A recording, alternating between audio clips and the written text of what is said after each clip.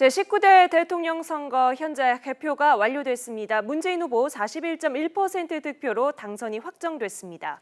이제 새로운 대통령의 시대가 열렸는데요. 9년 만에 정권이 교체됐습니다. 향후 전국 한번 예측해 보겠습니다. 최창렬 용인대 교수, 추은호 YTN 해설위원 두 분 나오셨습니다. 어서 오십시오. 안녕하세요. 네, 안녕하세요. 자, 개표가 끝났으니까 먼저 득표 상황 좀 알아보겠습니다. 네, 현재 득표 상황 그래픽으로 보여주시죠. 네, 그래픽은 준비가 되면 보여드리도록 하고요. 자, 문재인 후보 41.1% 득표율을 기록을 했는데 어느 정도로 예상하셨던 대로 나왔나요? 대체로 한 45%까지 나오지 않을까라는 예상들 많이 했던 것 같고 저도 뭐 그랬었는데 대체로 여론조사가 이제 나중에 이제 3.1 공표 금지 기간 이전에 40% 넘는 여론조사가 대부분이었거든요. 그리고 대체로 최종 득표율은 좀 오르는 경향이 있더라고요. 역대 선거 보면은 예상치보다. 그래서 과반은 뭐 어차피 오자구도화해서 물리적으로 좀 어려운 면이 있고 말이죠.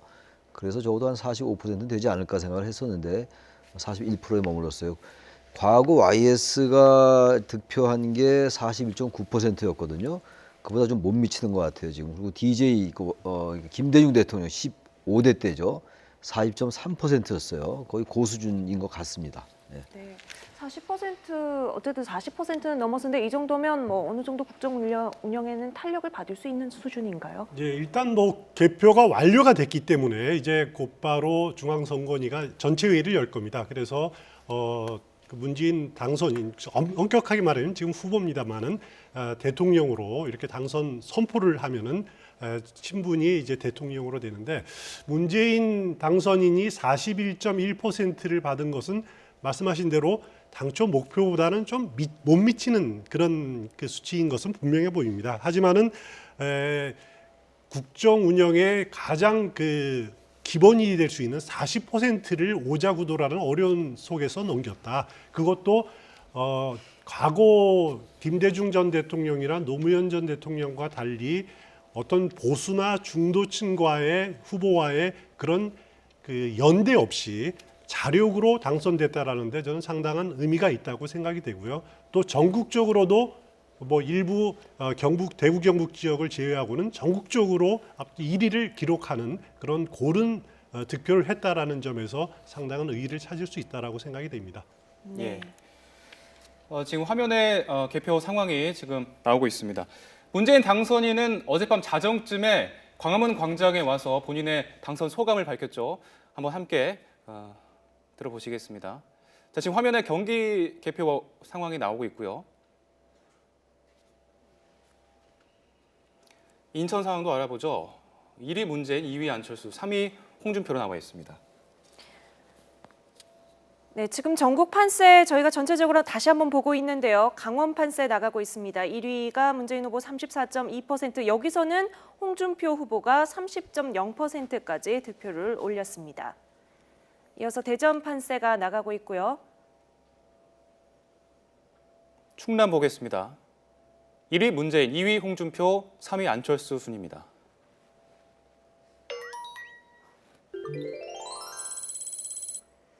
네, 충북에서도 38.6%, 뭐 전국 득표율보다는 조금 낮은 수준으로 득표를 올렸고요. 자, 세종 보겠습니다. 문재인 당선인이 과반을 넘었습니다. 51.1% 득표했고요. 이어서 안철수, 홍준표 순입니다.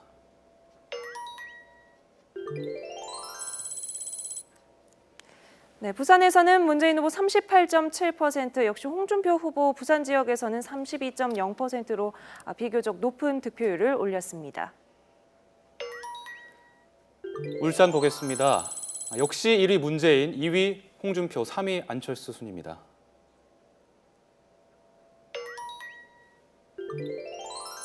네, 경남 지역에서는 홍준표 후보가 37.2%로 문재인 당선인을 득표율에서 앞섰는데요. 이 지역에서는 문재인 후보가 36.7%를 득표했습니다. 대구 역시 홍준표 후보가 1위를 차지했습니다. 45.4% 기록했고요. 2위 문재인, 3위 안철수 순이었습니다. 경북 보시겠습니다. 1위 홍준표 48.6%, 2위 문재인, 3위 안철수 순이었습니다.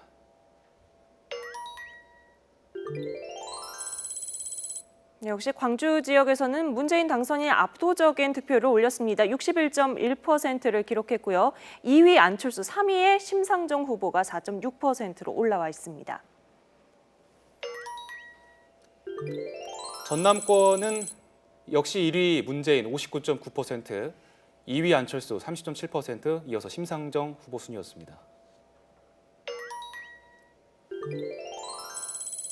네, 전북 지역도 역시 같은 흐름을 보이는데요. 문재인 후보가 이 지역에서 64.8% 압도적인 득표율을 올렸습니다. 2위, 3위 순서도 역시 광주, 전남과 같이 안철수, 심상정 후보가 앞지르고 있습니다.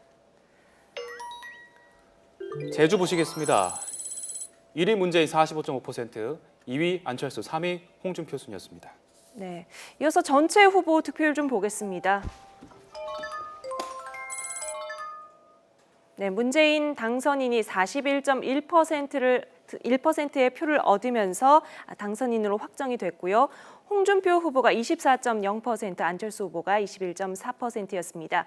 유승민 후보와 심상정 후보는 기대했던 두 자릿수 득표율을 기록하지는 못했습니다. 네, 이어서 6위 조원진 후보, 7위 김민찬 후보, 8위 김성동 후보, 9위 장성민 후보, 10위 윤홍식 후보였습니다. 11위는 이경희 후보, 12위 이재호 후보, 13위 오영국 후보 순으로 결정이 됐습니다. 네, 군소 후보들의 득표율까지 모두 보고 왔는데요. 일단 문재인 후보 어제 광화문 광장에서 당선 소감을 발표를 했습니다. 함께 들어보시죠. 사랑하는 국민 여러분, 안녕하십니까? 문재인입니다. 고맙습니다.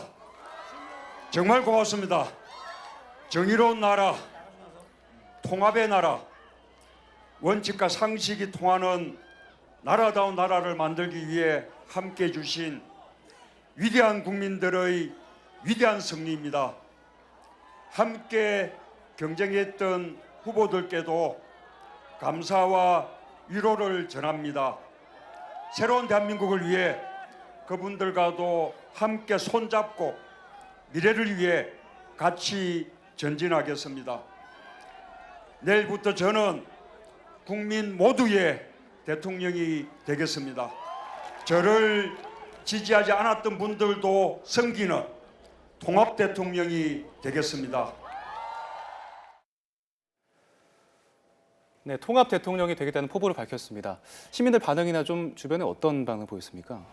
그래서 문재인 후보가 뭐 처음에는 양강 구도를 갖고 그 다음에는 계속 일강 구도를 거의 유지했잖아요. 일강 독주 체제. 그리고 대세로는 뭐 처음부터 끝까지 흔들리지 않았어요. 뭐 어느 정도는 예상을 했던 반응들인데 아무튼 이번 대선이 촛불 민심에 의해서 국민들의 신임을 그야말로 배반한 대통령을 파면해서 그 이후로 치러진 선거고 바로 그러한 부분을 지금 대변하는 것 같아요. 정의가 바로 서고 원칙과 상식이 통하는 나라. 그래서 위대한 국민의 위대한 승리다 이런 얘기인데 아무튼 뭐 문재인 후보를 지지했건 지지하지 않았건 저는 이 지지율 자체가 그렇게 중요하지 않은 것 같아요. 40%를 넘은 것이고 그렇기 때문에 향후 앞으로 어떻게 그야말로 협치를 해나가고 연대를 해나가느냐의 문제고 또 하나 문제는 역시 정경유착에서 비롯된 이 최순실 게이트였잖아요. 그러니까 그러한 구조적인 모순들 그리고 한국 사회의 어떤 불평등한 구조 고착화되고 있는 여러 가지 불평등의 문제 이러한 것들을 얼마나 잘 해나가면서 이러한 것들을 어떻게 통합과 연계시키냐의 문제인 것 같아요. 통합과 과거 청산이 별도로 가는 것이 아니고 이것이 유기적으로 연계되면서 야당과도 설득하고 야당 협조를 구해내고 언론과도 부단하게 접촉하고 설득하는 이러한 작업이 선행돼야 된다 이렇게 생각합니다. 그 문재인 당선인은 어떻게 보면 굉장히 원칙주의자라고 저는 생각이 됩니다. 그 과거에 이제 노무현 전 대통령보다도 오히려 더 원칙주의를 잘 그 측면이 더 강한데 하지만은 지금 우리 사회가 대선 촛불 전국과 또 탄핵 국면을 거치면서 어떻게 보면은 국론이 상당히 나눠져 있지 않습니까? 이것들을 문재인 이제 새 대통령이 어떻게 국민들을 모두 아우를 수 있는 그런 정치적 역량을 보여주느냐, 원칙주의에서 한 발 더 나가서 그 융통성 있게 포용할 수 있는 그런 그 여유를 보여줄 수 있느냐 하는 것이 문재인 새 대통령의 가장 큰 과제고 가장 풀어야 할 숙제가 아닌가라는 생각이 됩니다. 네. 예. 저희가 이제 개표가 완료되면서 문재인 당선인 이렇게 부르고 있는데 사실 당선인이라는 이름이 채 입에 붙기도 전에 대통령으로 금방 이제 전환이 되는 거죠. 언제 결정이 됩니까? 지금 중앙선관위가 곧 그 전체 회의를 열 겁니다. 아마 7시에서 8시 사이 네. 곧바로 소집을 할 텐데 개표가 완료됐기 때문에 그러면은 이제 전체 회의가 소집이 되면은 김영덕 선관위원장이 기호 1번 문재인 후보가 19대 대통령에 당선되었음을 선포한다라고 발표를 하고 그다음에 의사봉을 두드리면은 그 순간부터 새로운 대통령이 되는 겁니다. 네. 그럼 별도의 취임식 없이 바로 어떤 대통령의 직무를 수행을 하게 되나요? 취임식이 뭐 과거처럼 그렇게 국회의사당 그 앞마당에서 그렇게 뭐 큰 규모로 대규모로 치러지진 않죠. 지금 뭐 인수위도 없고 바로 대통령 업무에 들어가는 것이기 때문에 그런 식의 취임식은 하지 않을 것 같아요. 단지 이제 국회에서 국회 로텐다홀이라든지 이런 데서 어떤 취임식에 준하는 그러한 뭐 행사는 있을 수밖에 없죠. 그런 것들 전혀 생략할 수 없는 거니까 단지 지난번 대선들 때처럼 그러한 뭐 아마 행사는 생략할 것으로 보입니다. 네. 예.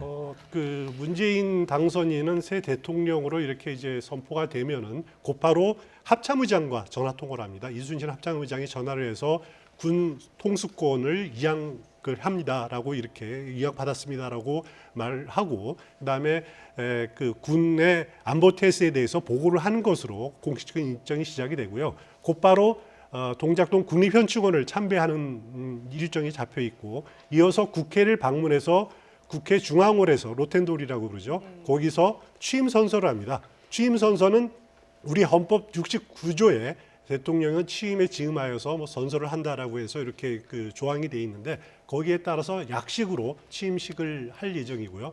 그리고 곧바로 이제 청와대로 그 자리를 옮겨서 거기서 뭐 비서실장 오늘 인선을 한다든지 뭐 이제 그런 이제 그 청와대에서 활동을 하게 되는데 보통 보면은 새 대통령이 청와대에 들어가서 곧바로 기자회견을 해서 이렇게 또 국정 운영에 대한 포부를 밝히는 경우가 많았습니다. 아직 일정이 확정되지는 않았습니다만은 오늘 기자회견을 통해서 새로운 국정 운영의 그 청사진을 제시할지도 주목되는 부분입니다. 예.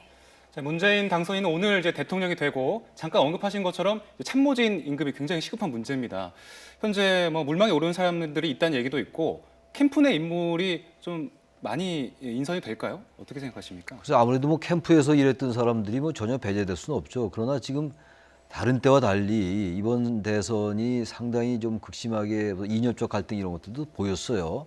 대체로 이제 선거를 분석할 때 이번 선거는 뭐 이념 구도라든지 이념과 대결 구도가 좀 희석됐다.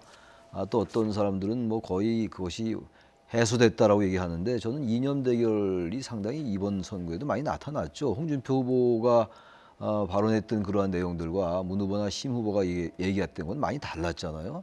그래서 어느 때보다도 이번에는 어쨌든 다른 진영에, 다른 선거 진영에 있었던 인사들도 또는 뭐 꼭 선거 캠프에 소속되지 않았던 분들이라도 얼마든지 등용을 하겠다라는 입장을 여러 번 밝혔잖아요. 그래서 반드시 뭐 캠프 내 인사로 어떤 인재풀을 국한시키지는 않을 것 같고 그래서도 안 된다고 생각을 합니다. 예.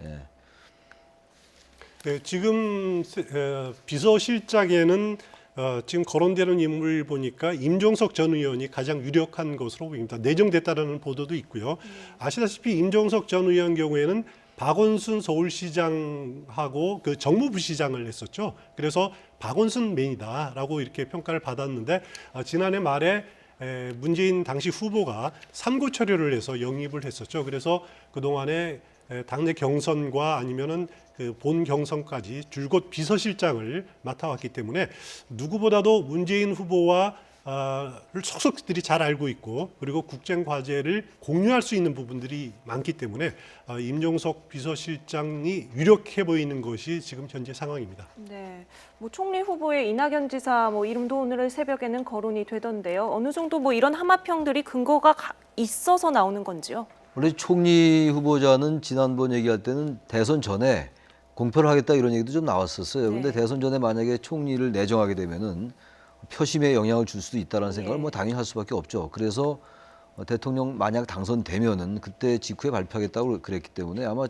금년간에 발표를 할 것 같아요. 일단 비서실장이라든지 청와대 참모들을 일단 인선을 해야 될 거 아니겠어요? 그래야지 뭐 조각도 하고 어떤 인사를 할 테니까 그리고 나서 무엇보다 시급한 게 일단 총리를 지명하는 걸 겁니다. 아마 총리 지명이 늦어지면은 앞으로 문재인 당선인이 어떠한 국정 방향을 제시할지가 또 궁금해지는 상황이기 때문에 빨리 총리를 내정함으로써 일단 안정을 시켜야 될 거고 그리고 빨리 임명 동의 절차에 들어가야 돼요. 과거의 정부에 보면 과거 DJP 정부 그때는 뭐 JP가 김정필 전 총리가 굉장히 오랫동안 총리 서리 그 꼬리를 달고 있었어요. 그래서 총리를 빨리 내정하고 또 야당들에게 설득과 협조를 구해서 빨리 총리 임명 절차에 들어가야 될 겁니다. 아마.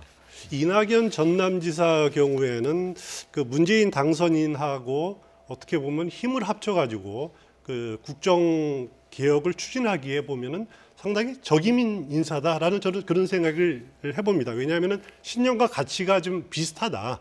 그리고 호남이 국민의당으로 많이 넘어가는 과정에서도 그 이낙연 지사 같은 경우는 더불어민주당 당적을 굳건히 또 지켰거든요. 그리고 과거 어떻게 보면 또 선악국이었다라는 그런 평가도 있었고, 그래서 국민의당과도 과히 관계가 나쁘지 않을 것이다. 그리고 제1야당이 되는 자유한국당에도 적극적인 반대는 하지 않지 않겠느냐. 또 행정 경험도 두루 갖추고 있고 전남지사를 지냈으니까. 그래서 어떻게 보면 이낙연 지사가 아주 유력한 카드가 아닌가 생각이 되는데요. 오늘 아침 또 재밌는 그런 그 일이 하나 있었는데 이낙연 전남지사가 새 대통령에게 바란다라는 메시지를 발표를 했더라고요. 여기를 보니까 새 대통령은 촛불혁명으로 탄생된 것을 새 대통령도 명심해야 된다. 그리고 새 대통령은 그 적폐청산이라든가 이런 개혁 과제를 성실하게 추진해야 된다. 또 그 북한과 주변 국가의 그런 그 돈독한 관계도 유지하고 관계도 개선해야 되고 당당한 평화 국가를 서야 된다. 그리고 우리 내정에서는 불평등과 불공정을 시정해야 된다. 어떻게 보면은 총리로서의 그런 국정 그 포부를 밝히는 것 같은 그런 메시지를 발표를 했는데 또 다른 한편으로 생각해 보면은 총리로 내정됐으면은 지금쯤이면 가만히 있어야지 이렇게 밝히는 것이 맞나 그런 또 생각도 들고 그래서 뭐 어떤 쪽인지는 명확하지는 않습니다만은 이낙연 지사를 유력한 카드로 검토하고 있는 것은 사실인 것 같습니다. 적어도 이낙연 지사는 여야 막론하고 두루두루 그렇게 어떤 뭐 신망이 좀 두터운 인사거든요. 그래서 그리고 또 호남 인사고 이 문재인 후보가 후보 시절에 지금은 후보가 아닙니다만 일단 뭐 비영남권 인사로 하겠다 이런 얘기를 했었잖아요. 근데 호남 인사란 말은 하지 않았어요. 그런데 호남 인사로 하지 않겠는가 이런 전망들 많이 했었거든요. 그리고 뭐 지금 말씀처럼 행정 경험이라든지 여야 두루두루 상당히 포용력 있고 신망이 두터운 인사이기 때문에 전 상당히 적임자가 아닌가라고 생각하는데 또 알 수 없죠. 어떤 인사가 또 될지 지켜봐야죠. 네, 당선인의 입장에서 네. 생각을 하다 보니 여러 하마평이 오르내리는 것 같습니다. 예. 현재 총리죠 황교안 대통령 권한대행은 새로운 대통령이 확정되면 바로 사의를 하겠다 이렇게 밝히기도 했는데 후임 총리가 인선되기 전까지 남아있을 가능성도 있어 보입니다. 글쎄요, 저는 일단 사의를 빨리 표명하는 게 맞다고 봐요. 지금 황교안 권한대행은 박근혜 대통령과 계속 국정을 같이 운영했던 인사이기 때문에 총리 권한대행을 잘 했다 하더라도요. 일단 새 정권이 탄생하면은 빨리 사의를 표명하는 게 맞다. 그리고 뭐 사의를 표명하지 않더라도 뭐 장관 제청은 당연히 하지 않겠죠. 그러나 황교안 대행이 이미 대선 전에 사의를 표명하겠다고 얘기했기 때문에 금명간에 그야말로 전 사의를 표명하고 아마 장관들도 일과살표를 내지 않을까. 이제 일단 그런 수순은 좀 밟아야 되지 않나 이렇게 생각을 합니다. 자, 이번 대선에서 2위를 누가 차지할까 이것도 상당히 큰 관심사였는데요. 네, 안철수 후보가 아니라 홍준표 후보가 상당한 득표율을 올렸습니다. 어떻게 보셨습니까? 실버 크로스라 그러죠. 보통 3위가 2위를 역전하는 그런 현상이 과연 발생할 것이냐. 그 깜깜이 선거 직전에 여론조사를 보면은 홍준표 후보가 약간 역전하는 그런 여론조사도 있었습니다만 그것이 과연 구체화될 것인가라는 것이 관심이었는데 홍준표 후보 2위를 했습니다. 그것도 상당한 24%라는 상당히 높은 득표율을 기록을 했는데 홍준표 후보 경우에는 그동안에 줄곧 보수 외길의 그런 메시지를 던졌다라는 점, 예를 들어서 뭐 좌파 정부 수립을 반대한다라든지 강성 귀족 노조라든지 이런 말들을 계속 던진 것이 그 보수 유권자들의 결집을 유도할 수 있는 그런 동력을 스스로 제공을 하고 그것이 어느 정도 성공한 것이 아니냐라는 생각을 해봅니다. 네, 홍준표 후보는 어제 출구조사 결과가 나오고 한 2시간 반 만에 바로 패배를 인정했는데요. 당시 화면 함께 보시죠. 여하튼 이번 대통령 선거에 나중에 개표가 끝나봐야 알겠지만 출구조사가 사실이라면 자유한국당을 복원하는데 만족하겠습니다. 이번 선거 결과는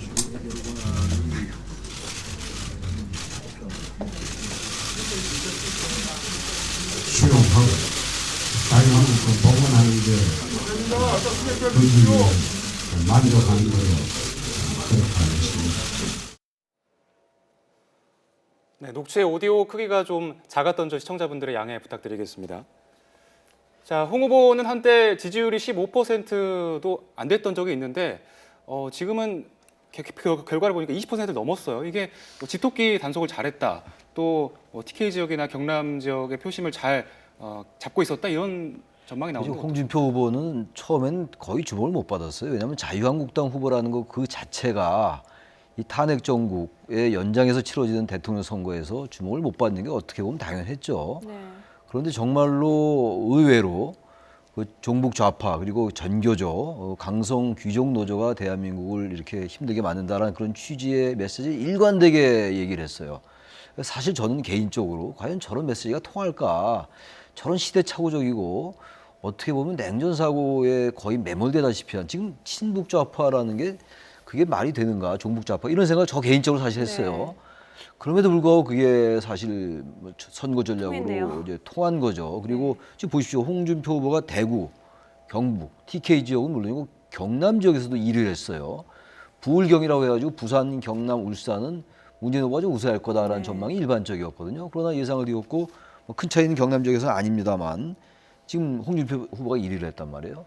그러다 보니까 역시 우리나라의 보수는 상당히 안보, 어떤 이념의 그 틀 이런 데서 역시 자유롭지 못하다. 거기에 대해서 이제 상당히 그 각을 세웠던 게 합리적 보수의 길을 주장하면서 그리고 개혁 보수 유승민 후보였죠. 근데 역시 유승민 후보는 상당히 참담한 결과입니다. 나중에 유권자들에게 6차례 토론회를 통해서 상당히 인상적이었고 생각보다 선전하지 않겠는가 이런 분석들 많이 했었는데 그렇지 않았어요. 그래서 역시 우리 한국 사회에서의 이 보수의 어떤 재정립이라고 할까 이런 것들이 저는 새로운 과제로 떠오르는 것이 아닌가 생각해요. 과연 그러한 보수로 정말로 진보와 보수가 서로 조화롭게 서로 보완 관계가 될 수 있을까 그런 생각을 했습니다. 우리 경우에 보통 이제 보수 후보에 대한 기대치가 있습니다. 좀 당당한 면을 보여줬으면 좋겠다라는 점하고 하나는 품격이 있어야 된다라는 건데 홍준표 후보는 당당하다는 면은 정말 당당하게 이렇게 선거전에 임하고 언행을 이렇게 했는데 품격 있는 후보, 보수 후보로서의 이미지는 전혀 보이지 못했단 말이죠. 막말 논란 끊임없이 구설수에 오르고 이런 부분들에 대해서도 그 보수 후보가 보수 유권자들이 그 부분을 감안하고 지지를 했다라는 것은 그만큼 보수 유권자들의 선택지가 없었다. 홍준표 후보를 통해서 이렇게 보수 심리를 자신들의 심리를 대변하고 싶었다. 그런 측면들을 홍준표 후보가 날카롭게 잡아냈다라고 이렇게 해볼 수 있을 것 같습니다. 네. 한편으로는 아직 우리 정치에서 지역주의가 완전히 깨졌다고는 보기 어렵겠다. 뭐 이런 생각도 들었는데요. 지역주의 뭐 전혀 안 깨졌죠. 지금 대체로 너무 성급한 전망들을 많이 하는 것 같아요. 이념 구도와 지역 구도가 뭐 거의 깨졌다. 전혀 깨지지 않았어요. 지금 제가 아까 방금 말씀드렸다시피 여전히 친북 좌파, 종북 좌파를 얘기하는 후보가 개혁적 보수를 얘기하는 후보보다 앞섰잖아요. 그것도 압도적으로. 그리고 유승민 후보의 경우는 대구, 경북, 대구 동구에서 4선한 의원이에요. 지역구도 그곳이거든요. 그런 상황 속에서 이념 구도가 깨진 게 아니죠. 그러니까 한국 사회에서 보수와 진보라고 얘기합니다만 지금 이번에 홍준표 후보는 보수와 진보라는 단어 대신에 우파 좌파란 말을 꼭 썼어요. 예. 좌파 우파란 말은 사실 보수와 진보라는 용어는 상당히 다른 뉘앙스, 다른 결로 느껴지는 거거든요. 예. 굳이 뭐 사회과학적 분석을 하지 않더라도 아마 홍준표 후보가 그런 보수의 심리를 파고들었던 거죠. 홍 후보가 그걸 모를 리가 없죠. 예. 그렇기 때문에 저는 우리 한국 사회에서 안보에 바탕한 어떤 우리가 외생 변수로서 분단 구조라는 게 있기 때문에 이 분단 구조가 있는 한 그런 안보 이슈에 어떻게 보면 상당히 집착되어 있는 이런 보수의 이와 그리고 그렇지 않은 좀 북한에 대해서 유연하게 대해야 된다는 이런 생각과는 여전히 큰 차이가 있다. 그러니까 이러한 것들을 어떻게 좁혀 나가느냐가 향후 대통령의 중요한 과제인 것 같아요. 네. 예. 홍준표 후보 보수층 규합에 성공했다는 일단 그런 평가긴 한데 패배를 인정하는 발언에서 자유한국당 그 결집에 만족한다 이런 발언을 하기도 했는데 향후에 홍 후보의 입지 어떻게 전망하십니까? 일단 자유한국당은 조만간 그 전당대회 열어서 새로운 지도부 선출해야 됩니다. 거기에 홍준표 후보가 당 대표 경선에 직접 나설지 아니면은 제가 보기엔 별로 나설 가능성보다도 이렇게 뒤에서 막후에서 조종자 역할을 할 가능성이 높아 보이는데 일단 홍준표 후보는 그래도 이번을 통해서 자신의 존재감을 자유한국당 내에서 분명히 드러낸 것은 사실입니다. 물론 그 홍준표 후보가 워낙 단기 필마로 뛰어왔기 때문에 이렇게 주변에 사람들이 많이 모여 있지 않은 것은 사실이지만은 바른정당에서 복당한 12명의 의원들을 어떻게 보면 호위무사 삼아서 세를 규합하고 당의 주도권을 잡으려는 그런 시도는 할 것은 틀림없어 보입니다. 그것이 친박과의 갈등이 그러면 그런 과정에서 틀림없이 발생할 텐데 그것이 어느 정도 성과를 거둘지는 지켜봐야 될 대목입니다. 네. 대체로 일단 선거에 패배하면은 일단 한 발 물러나 있는 게 우리 한국 정치의 문법이에요. 항상 그리고 책임론이 분명히 뒤따를 겁니다. 사실 자유한국당을 지금 복원하는데 앞으로 이제 의미를 부여하겠다는 그런 취지로 아까 홍 후보가 얘기를 했잖아요. 저는 그럼에도 불구하고 문재인 후보도 지난 대선 때 패배하고 일단 물러났었고 패배에 대한 책임론이 굉장히 부각됐었잖아요. 홍준표 후보가 일단 뭐 자유한국당을 일정 궤도에 올려놓는데 성공했다고 봐요. 탄핵 직후, 그러니까 지난해 9일날 탄핵 소추가 의결됐잖아요. 3월 10일날 대통령이 탄핵됐고 헌법재판소에서 그런 때에 비하면 자유한국당이 기사회생한 거죠. 혹자들은 친박이 부활했다 이런 말도 했고 사실 바른정당 의원들이 대선 며칠 앞두고 유승민 후보의 지지율이 정체 상태를 면치 못하니까 집단 탈당을 했었잖아요. 대체로 어떤 평가들을 했느냐. 도로 친박당이었다. 그리고 당원권이 정지된 의원들이 다 당원권이 다 해제됐잖아요. 이런 부분을 볼 때 그럼에도 불구하고 어떤 이 지금 지지율이 24%나 나왔어요. 네. 그런 면에서는 홍준표 후보의 영향력을 무시할 수 없겠죠. 그래서 그 두 가지 양면성이 다 있는 것 같다고 보여집니다. 네. 국민의당과 안철수 후보의 앞날은 어떻게 되겠습니까? 지난 총선에서 승기를 꽂았던 호남에서도 압도적으로 문재인 후보를 지지를 했는데요. 그러니까 지금 국민의당을 지탱했던 거는 지난해 총선 때 호남의 25석의 의석 중에서 23석을 석권했던 거거든요. 그런데 사실상 전국적인 어떤 그 득표는 보이지 못했단 말이에요. 전국 정당의 이미지는 상당히 약한 게 사실이죠. 네. 그런데 이번에 지금 말씀처럼 호남에서 지지를 잘 받지 못했어요.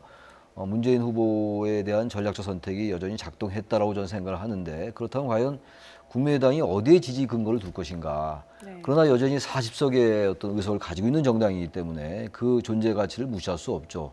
그러나 분명한 것은 정당은 어떤 지역이 됐건 어떤 계층이 됐건 어떤 세력에 근거해야 되는 것이거든요. 근데 그런 점이 많이 이제 약화된 거예요.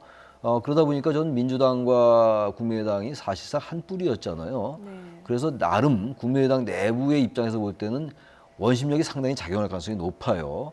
물론 내년 지방선거가 있기 때문에 그런 원심력을 어느 정도 제어할 수는 있다 하더라도요. 전체적으로 볼 때 120석의 민주당 그리고 호남을 바탕으로 했던 이 국민의당이 지금 이번에 문재인 후보는 호남의 지지를 많이 받았잖아요. 예. 과거처럼 80% 90%는 아니라 하더라도 상당히 압도적으로 받았다고 봐야 돼요. 그렇다면 과연 국민의당이 어떻게 어떤 그 존재의 의미를 과거엔 제3당으로서 어떤 중도의 입장에서 이 여야의 어떤 조율 역할을 담당했는데 전 이번에는 상당히 좀 제한적이지 않을까라는 생각은 일단 듭니다. 예. 네.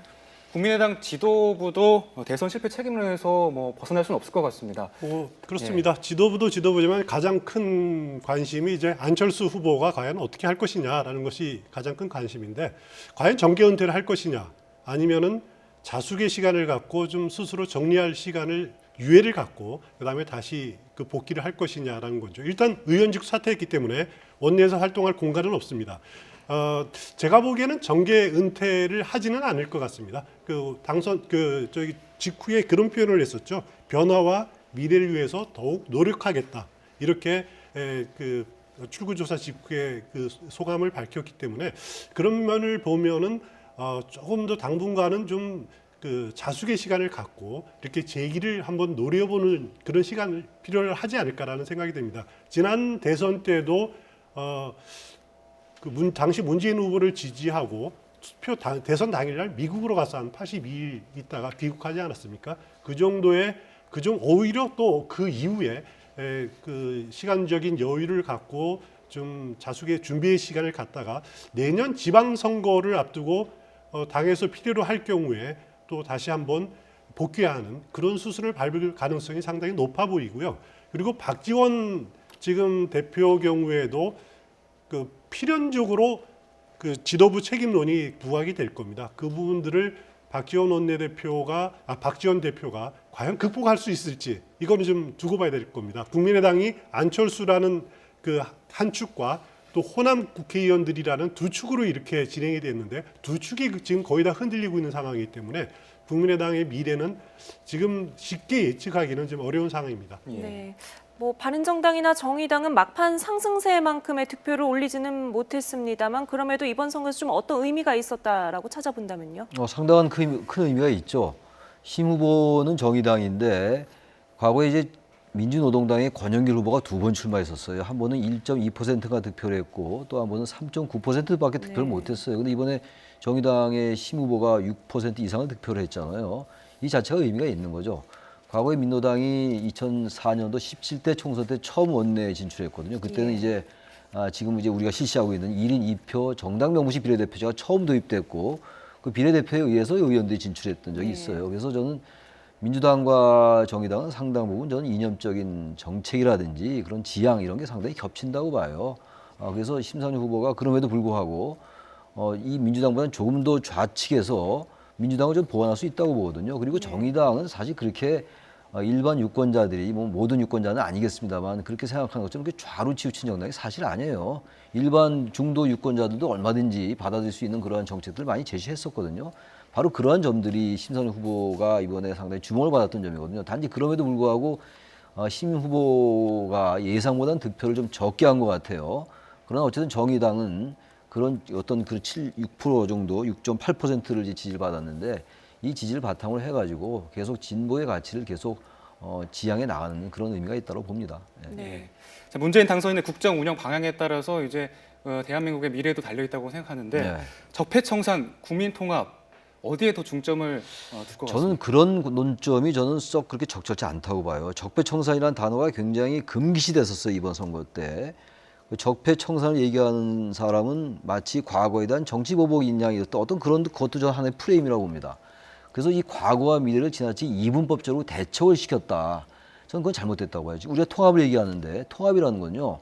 정치공학적으로 각 정파 간에 자리 몇 개 놔두고 나눠주고 보여주기식 권력 분점이라든지 그리고 다른 진영의 인사를 몇 명 입각을 시키는 이런 것들이 통합이 전혀 아니에요. 국민들은 그런 데 별로 관심이 없습니다. 진정한 통합은요. 우리 한국 사회에 이렇게 켜켜이 쌓여왔던 폐단들이 분명히 있어요. 압축 성장이라는 것에 따른 긍정적 효과가 있죠. 우리가 경제 규모가 세계 10위권이니까 GDP가. 그럼에도 불구하고 상당히 기득권과 그렇지 않은 계층 간의 격차가 굉장히 심화됐고 사회경제적 양극화 이런 부분들을 정책적으로 극단적이지 않은 방법으로 말이죠. 점진적이고 개혁적으로 고쳐나가는 정책을 계속 꾸준히 생산하면서 그럴 때 국민들은 통합의 어떤 가능성을 보는 거거든요. 따라서 이 통합과 과거를 지나치게 이분법적으로 갈라치기 한다든지 이런 방식으로는 저는 통합이 되지 않는다고 봅니다. 그래서 이런 부분들에 대해서 아주 균형 잡힌 어떤 두 가지의 시너지로 가야 돼요.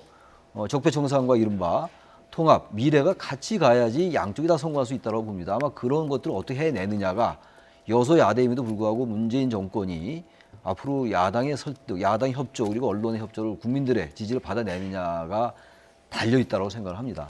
어제 문재인 당선인이 그 출구조사 그 발표 직후에 민주당을 방문했었죠. 선거 상황실 방문해서 잠깐 그 인사말을 한 적이 있는데 여기에 개혁과 통합이라는 표현을 썼습니다. 그러니까 적폐청산이라는 표현을 쓰지 않고 개혁이라는 표현을 썼는데 그 적폐청산이라는 말이 주는 그 생경함 또 날카로움 이런 것들을 개혁이라는 말로 대체를 하면은 좀 그 쉬울 것 같습니다. 우리가 받아들이기 쉬울 것 같습니다. 새 정부가 추진해야 될 국정 과제들, 개혁 과제들을 그 적폐청산이라는 표현은 그만두고 개혁이라는 말로 이렇게 대체하고 새 정부가 추진했으면 하는 그런 바람입니다. 네, 이 새 정부에서는 뭐 국민의당이나 뭐 바른정당에서도 장관직이 나올 수 있을까요?